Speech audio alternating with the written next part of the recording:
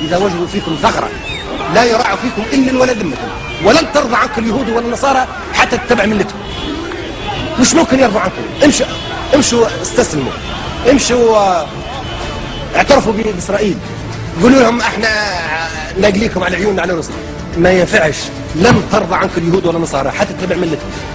هم مستمرين في التحكم فينا، ومستمرين في محاولة السيطرة على مقدراتنا وتسخيرها لصالحهم. هم استسلمت كثر خيرك، قاومت، هذا هو الشيء اللي يمنع فقط، المقاومة. ما تسمعوش أي كلام آخر، المقاومة فقط. حتى التعاون بيننا وبينهم والاحترام المتبادل بيننا وبينهم لا يقام إلا على أساس القوة.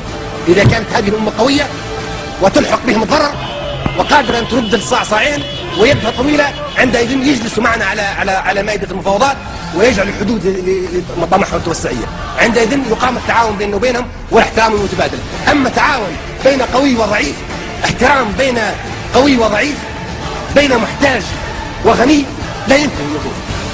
هذه ليست قاعدة أبدا لا نعتمد عليها.